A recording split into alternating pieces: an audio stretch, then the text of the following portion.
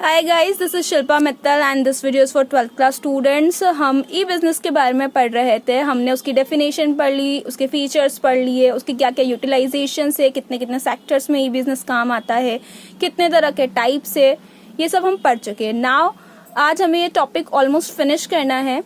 तो ई बिजनेस के लिमिटेशंस क्या है, मतलब ई बिजनेस ऑब्वियस सी बात है अच्छी चीज़ है, पर उसके कुछ लिमिटेशंस भी है, कुछ सीमाएं हैं उसकी।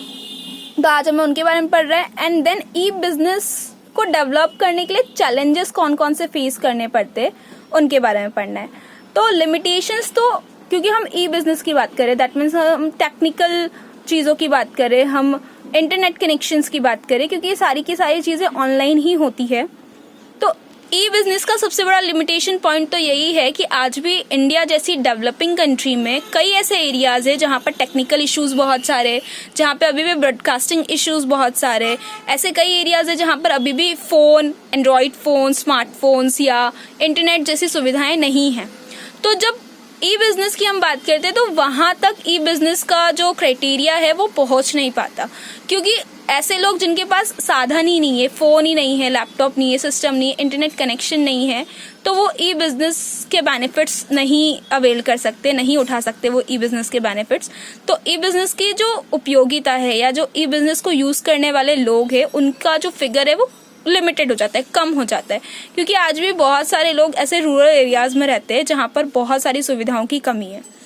सेकेंड चीज़ की बात करें तो डेफिनेटली हम बहुत सारी चीज़ें सुनते हैं साइबर क्राइम के बारे में कि हमने कुछ फंक्शन परफॉर्म किया और फंक्शन परफॉर्म करने के बाद हमारी कुछ डिटेल्स लीक हो गई, हमारा डेटा हैक हो गया है, डेटा करप्ट हो गया है, प्रॉब्लम आ रही है, हमने जिसको ट्रांजैक्शन दिया है पैसों का उस तक पहुंचा ही नहीं है। तो ऐसे बहुत सारे इश्यूज हैं जिनके कारण मतलब कई बार लोग यूज़ करना नहीं पसंद करते या डरते हैं। तो क्योंकि कानूनन जो चीज़ें हैं या साइबर क्राइम को लेकर भी जो रूल्स रेगुलेशन बनाए हैं वो शायद उतने प्रॉपर या उतने स्ट्रांग नहीं है कि लोग ट्रस्ट कर सके कि नहीं सब कुछ ठीक है और हम इसको प्रॉपरली यूज़ कर सकते हैं, और बाई चांस कोई प्रॉब्लम हुई भी तो वो सॉर्ट आउट हो जाएगी। तो ये डर अभी भी लोगों में बना हुआ है, जिसकी वजह से ई बिजनेस का यूज़ जो है वो लिमिटेड हो गया है। अगर हम इसके चैलेंजेस की बात करें तो डेफिनेटली इंटरनेट एक्सेस करके अपने प्रोडक्ट की डिटेल इंटरनेट पे डालना, सप्लायर की डिटेल डालना, इंडस्ट्री की डिटेल डालना, विच इज़ क्वाइट डिफिकल्ट कि लोग उसको ज़्यादा देखें, ज़्यादा पसंद करें।